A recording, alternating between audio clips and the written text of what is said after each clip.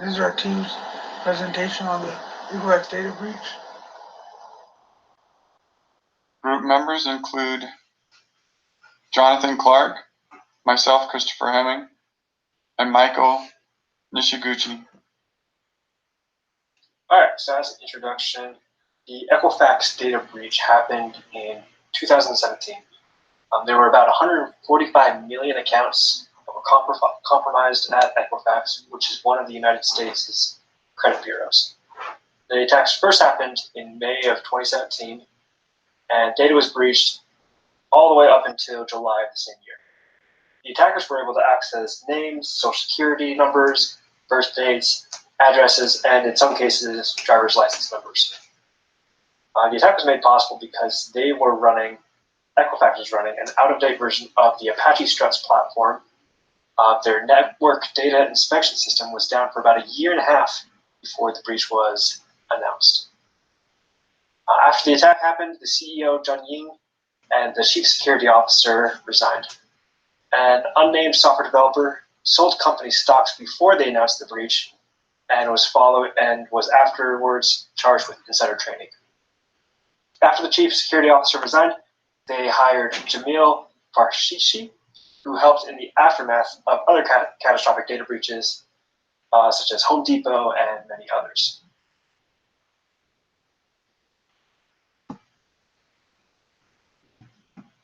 In the background portion, report to attack, unauthorized data access occurred from mid-May to July 2017. Breach was discovered on July 29th, and Equifax announced the breach on September 7th, 2017. In the chronological events, the background portion, breach was discovered on July 29th, 2017. Equifax took 6 months to close the breach. In comedy of blame following the breach, Equifax sent the CEO at the time of the breach, Richard Smith, started to testify before Congress starting on October 3rd, 2017, in his first of 4 such hearings. Smith repeatedly blamed the breach on a single employee who had failed to update software on one server. No other company officials testified. The next year, in 2018, February, as part of this process, the company hired a new Chief Information Security Officer, Jamal Farshi. In the bank account portion of the background, at the federal level, the president signed a bill in May including a free credit freeze and laws and the three largest credit reporting agencies. That's TransUnion and Experian in addition to Equifax. The freeze prevents access to a credit file, which deters identity thieves from opening new accounts in someone's name. Fees previously varied by state, and the ones in which a charge was allowed could be from $5 to $10 for freeze or thaw with each credit bureau.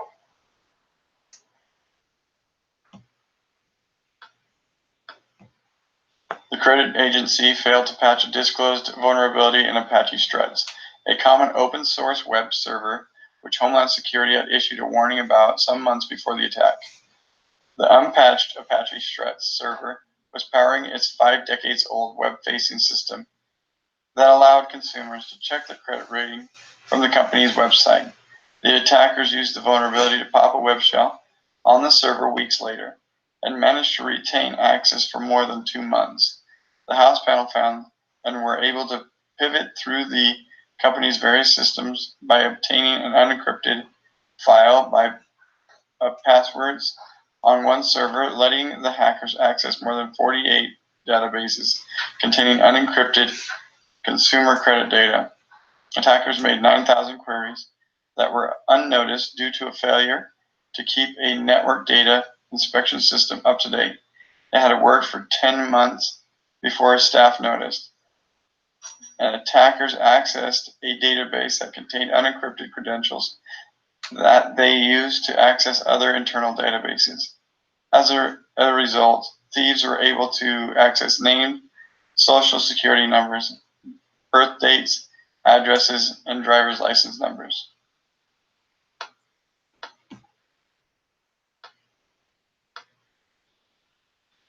What vulnerability was exploited?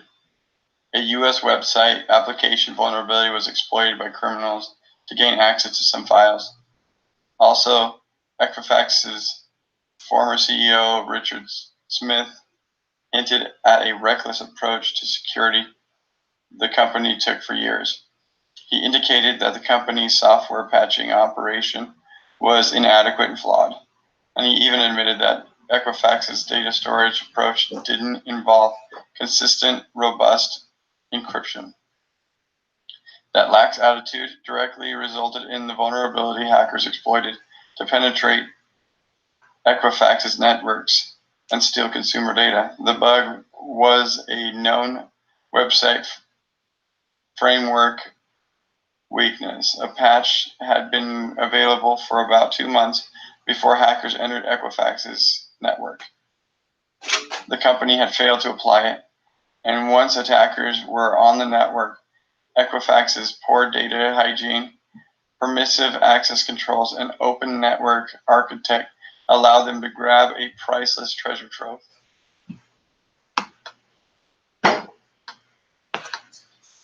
How Equifax responded to the attack.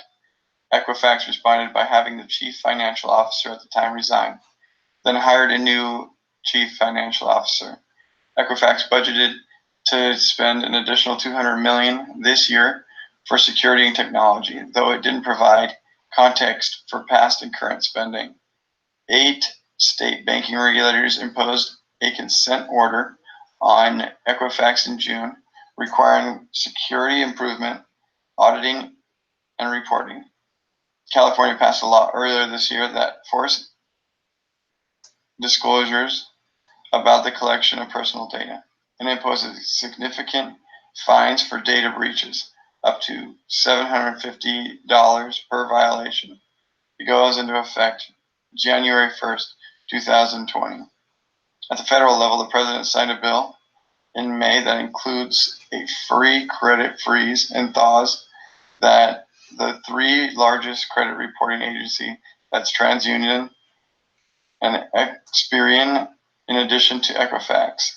The freeze prevents access to a credit file, which deters identity thieves from opening new accounts in someone's name.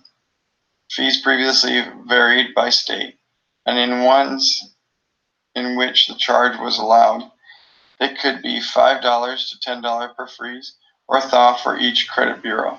2 criminal charges have been levied, and those for insider trader against the company's former chief information officer, Yung Wing, and against the company's software developer for allegedly selling stock while knowing the breach before it was made public. Here's what was learned from the Equifax data breach. Future attacks like this can be prevented by keeping software up to date, keeping a close eye on the network systems. The attackers that attacked Equifax sent over 9,000 queries that were all undetected. In order to prevent these attacks from happening, Equifax should have consistently checked to make sure their systems were functioning correctly, making sure they do that periodically so that these things aren't overlooked. Equifax had an incredible amount of information and needed to be extra careful to keep it safe. We can also protect our own identities by keeping track of news events that talk about data breaches. Whenever one happens, we can make sure that our passwords, emails, and other personal information is kept safe. We should also make sure we use unique passwords for each one of our accounts. That way, if our data is breached in one account, the attackers won't be able to use that password and email combination for other accounts. This can easily be done with a password manager such as KeyPass, LastPass. There are many password managers, and that will help keep ourselves safe.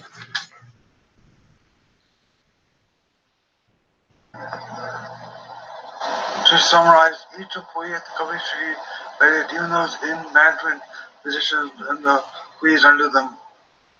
Each employee should have the proper training ahead to do updates.